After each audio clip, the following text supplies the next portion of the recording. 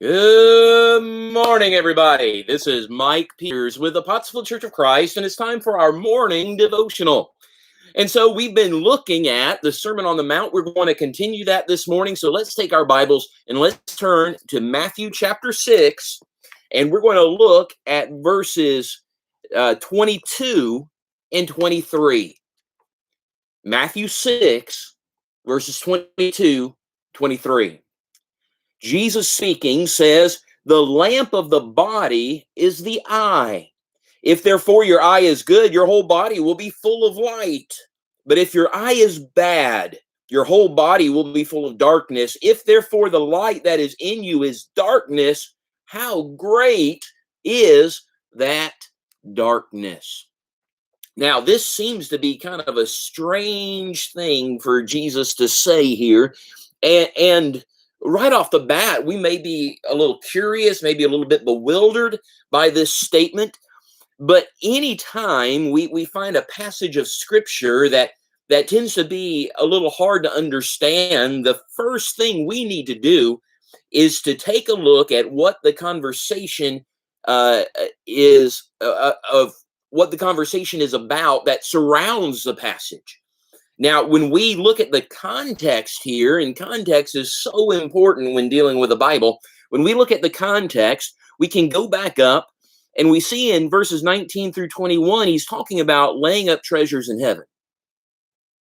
And so he's talking about a mentality that longs for physical, material things versus a mentality that longs for spiritual things.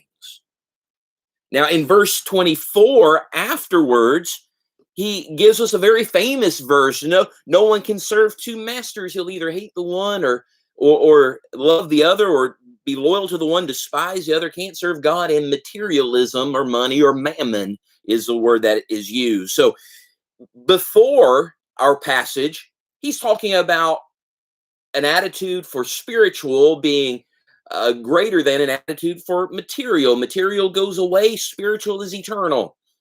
In verse 24, we seem to have a summing up statement on this conversation he's having, saying that we can't serve both our desire for material gain and our desire for spiritual gain. It's going to be one or the other. We can't have dual loyalties, or a split loyalty, I guess would be the way to say that. And right in the middle, he talks about a good eye versus a bad eye. So that gives me the clue that we're still in a conversation where we're talking about the dangers of materialism. And that makes a whole lot of sense, because when we look into the ancient world, they had this ancient thought of a good eye versus a bad eye. And Jesus is tapping into that way of thinking here.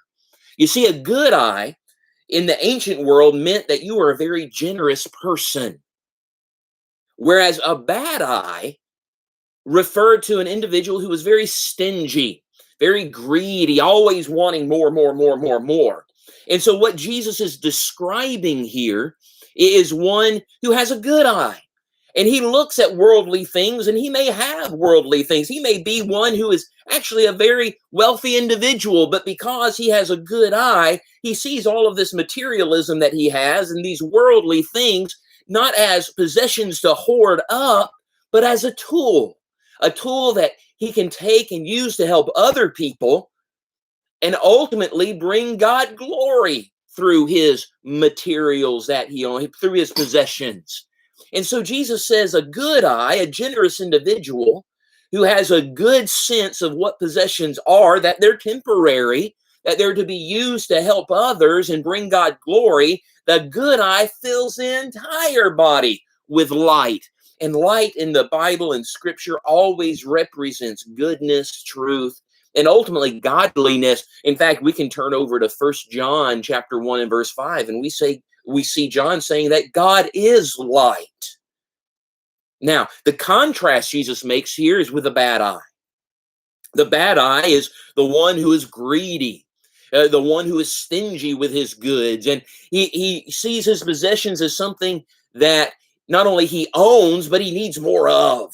It's his desire, and it is his motivation for life to get more, more, more, more. So all of his love and ultimately even his faith is in these earthly things.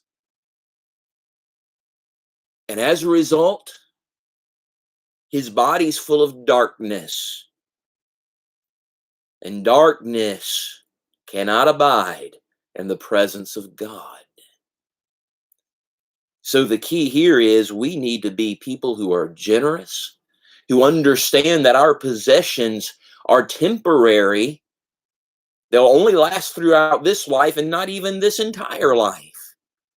And they're to be used to help others and to ultimately bring God glory.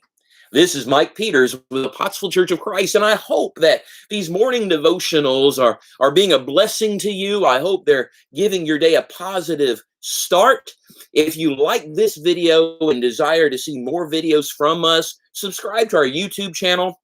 Hit the bell notification next to that, and you should be notified when new videos come online. If you're watching this on Facebook, like the video and then share this video on your page. And that way we can get the message of Jesus to as many people as possible. I hope everyone is staying safe. And don't forget, always be praying.